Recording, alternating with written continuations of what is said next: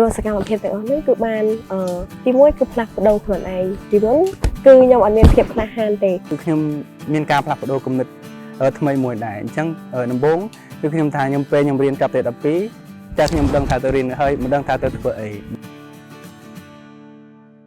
ជំរាបសួរខ្ញុំបាទឈ្មោះចេនលោកដែលជាបុគ្គលិករបស់សមាគមយុវជនខ្មែរនៅក្នុងថ្ងៃនេះដែរខ្ញុំបាទ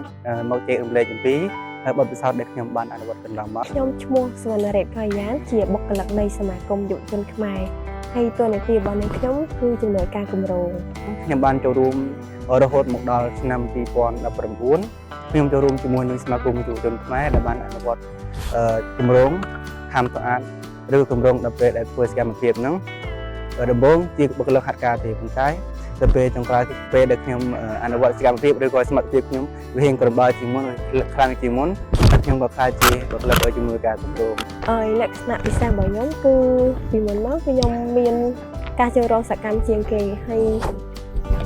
ចាស់ដឹកនាំយុវជនផ្សេងៗឲ្យគាត់ចូលរួមនៅសកម្មភាពដូចជានៅពេលដែលមានសកម្មភាពអីខ្ញុំជាអ្នកផ្ដល់ព័ត៌មានឲ្យពួកគាត់បានដឹងនៅពេលដែលខ្ញុំខ្លាចជាបុគ្គលិកគឺខ្ញុំបានកាន់គម្រោងទី1គឺគម្រោង Action Aid កម្ពុជាទី2គម្រោងអង្គការ Plan អន្តរជាតិកម្ពុជាហើយមួយទៀតគម្រោង Resilience Fund គម្រោងខាង Plan ទាក់ទងជាមួយនឹងសុខភាពផ្លូវភេទនិងសុខភាពបន្តពូជគ្រប់ជ្រុងជ្រោយចំពោះសកម្មភាពនេះដែរគឺខ្ញុំបានអនុវត្តទី1គឺខ្ញុំបានផ្ដល់វគ្គបណ្ដុះបណ្ដាលវគ្គបណ្ដុះបណ្ដាលទី2គឺខ្ញុំបានផ្ដល់អនុវត្តសកម្មភាពវគ្គ Small Grant មួយក៏ថាសកម្មភាព Environment ហើយទី3ទៀតគឺខ្ញុំបានចោះផ្សាយអំពីបរិស្ថាននៅក្នុងសហគមន៍នៅឃុំទ្វេងលើទ្វេងក្រោមហើយមួយទៀតគឺខ្ញុំបានធ្វើកិច្ចសហការជាមួយសាលាទាំងវិទ្យាល័យហើយនិង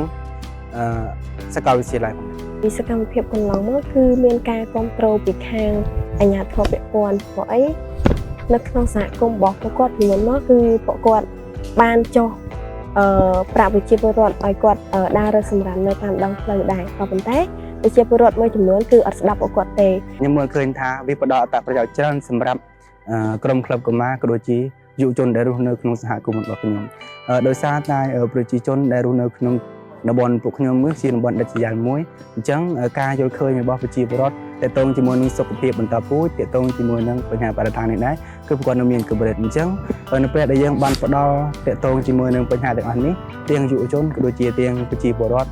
គឺពួកគាត់មានរឿងថាគាត់ភ្ញាក់ផ្អើលទាក់ទងជាមួយនឹងសកម្មភាពហើយចំពោះសុខភាពបន្តពូជហេតុអីបានជាយើងយកចិត្តទុកដាក់អញ្ចឹងចានៅពេលដែលខ្ញុំបានចូលរួមសកម្មភាពទាំងអស់នេះគឺបានទីមួយគឺផ្លាស់ប្ដូរខ្លួនឯងពីមុនគឺខ្ញុំអត់មានភាពក្លាហានទេហើយមកដល់ឥឡូវគឺមានភាពក្លាហានក្នុងការនិយាយស្ដីក៏ដូចជាការចុះអនុវត្តសកម្មភាពផ្សេងនៅពេលដែលខ្ញុំចូលរួមច្រើនទីមួយគឺខ្ញុំគិតពេលឬក៏ខាងអង្គការឬក៏បុគ្គលិកផ្សេងគាត់ណែនាំទៅគឺខ្ញុំមានអារម្មណ៍ថាខ្ញុំធ្វើយ៉ាងម៉េចខ្ញុំធ្វើជាគំរូដល់យុវជនចំនួនក្រោយបើសិនជាមានគម្រោងក៏ដូចជាអង្គការផ្សេងៗដែលចុះទៅជួយក៏ដូចជាអនុវត្តនៃសកម្មភាពសូមឲ្យពួកគាត់ចូលរួមហើយក៏អនុវត្តគម្រោងនឹងបន្តដើម្បីធ្វើឲ្យសហគមន៍របស់ពួកយើងមានភាពរីកចម្រើនជាងមុនហើយសម្បូរទៅដោយមនុស្សដែលមានចំណេះដឹងគឺខ្ញុំលើកទឹកចិត្តអន្តរជាតិគ្នាចូលរួមសកម្មអញ្ចឹងនៅពេលដែលយើងចូលរួមសកម្មទៅគឺយើងអាចមានការទទួលឱកាសច្រើនជាងមុនក៏ដូចជាការវិវត្តខ្លួនពីមនុស្សម្នាក់ទៅមនុស្សម្នាក់ទៀតទីមួយគឺដើម្បីសហគមន៍ខ្លួនឯងដើម្បីគ្រួសារខ្លួនឯងដើម្បីប្រជាពលរដ្ឋហើយនិងដើម្បីសង្គមជាតិ